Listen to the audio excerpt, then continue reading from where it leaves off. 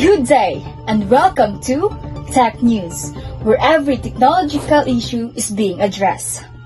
A critical issue affecting education today, we will be addressing the issue of the intersection of information and communication technology, the safety and well-being of the students. Today, we're looking at the impact of information and communication technology, or ICT, on education. Our reporter, Ms. Algarme, has been talking to students about their experiences with ICT and the critical issues affecting education today. Let's go straight to the report. Thank you for joining us today. Can you tell us about your experience with ICT in school and how it affects your learning and safety? So, ICT has been really helpful for me. I can access online resources and do my homework on my laptop. But sometimes I worry about online safety and cyberbullying. How about you? I agree. ICT policies in our school is very important. They help us to stay safe online and ensure that we are using technology responsibly. But sometimes, I feel like the ICT policies are too restricted. I want to be able to use the technology more freely and explore different resources. That's an interesting point. How do you think ICT can improve to support learning and teaching? I think schools should involve students in the development of ICT policies. We have valuable insight that can help create policies that are effective and fair. How about you? I agree. Schools should also provide education on digital citizenship and online safety. We need to learn how to navigate in the online world responsibly. Those are great suggestions. Now let's talk to an education expert about the impact of ICT policies on learning and teaching. ICT policy is crucial in ensuring that technology is used effectively and safely in school. While it has negative effects, it can also prevent cyberbullying, promote digital literacy, and promote and support student learning outcomes.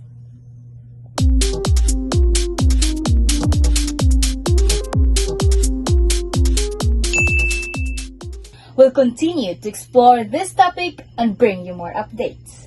With this digital revolution comes a new set of challenges, particularly concerning safety and legal compliance. Let's look at the legal framework. Both national and international laws govern the use of ICT in education. In the Philippines, Data Privacy Act of 2012 along with international conventions like the UN Convention on the Rights of the Child provide a crucial foundation for protecting students online. These laws address issues like data privacy, cyberbullying, and inappropriate content. Schools must adhere to these regulations to ensure a safe and responsible digital learning environment. But laws alone aren't enough. Effective policies and procedures are essential. Schools need comprehensive ICT safety policies covering acceptable use, responsible online behavior, and measures to prevent and address cyberbullying, online harassment, and exposure to harmful content. These policies should be clearly communicated to students, teachers, and parents with regular training and awareness programs. Effective use of ICT policies in basic education is paramount. These policies aren't just about rules, they're about creating a culture of responsible digital citizenship. By integrating ICT safety into the curriculum and fostering open communication, schools can empower students to navigate the digital world safely and effectively. This includes teaching critical thinking skills to evaluate online information, promoting responsible social media use, and equipping students with the tools to report online abuse. The integration of ICT in education presents both incredible opportunities and significant challenges.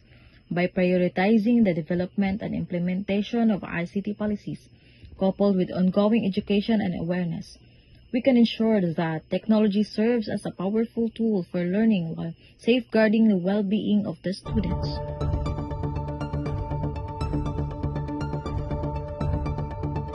A vital discussion indeed.